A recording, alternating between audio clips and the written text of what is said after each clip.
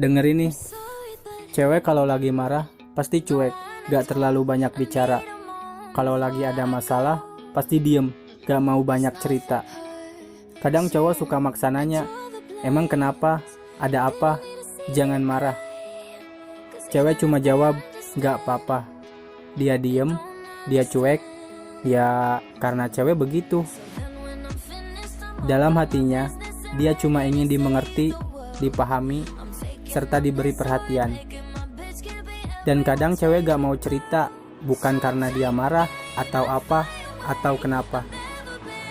Cuma suasana hatinya saja sedang gak baik. Buat cowok, sabarin aja, kasih dia perhatian. Nanti juga luluh, dan pastinya nanti juga dia bakal cerita tentang kenapa dan karena apa dia cuek atau marah.